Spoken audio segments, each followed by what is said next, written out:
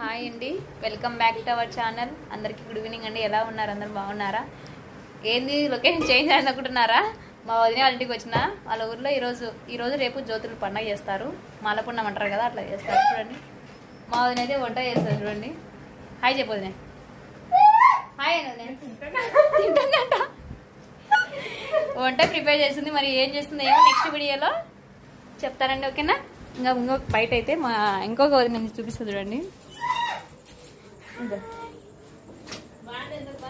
మా పెద్ద వదినే వాళ్ళ మా ఇంట్లో చూసా కదా, వాళ్ళ వదిన కూతురు పాప వచ్చేసి హాయ్ చెప్పండి. మా ఏం తింటున్నారు? బాగా తింటారా?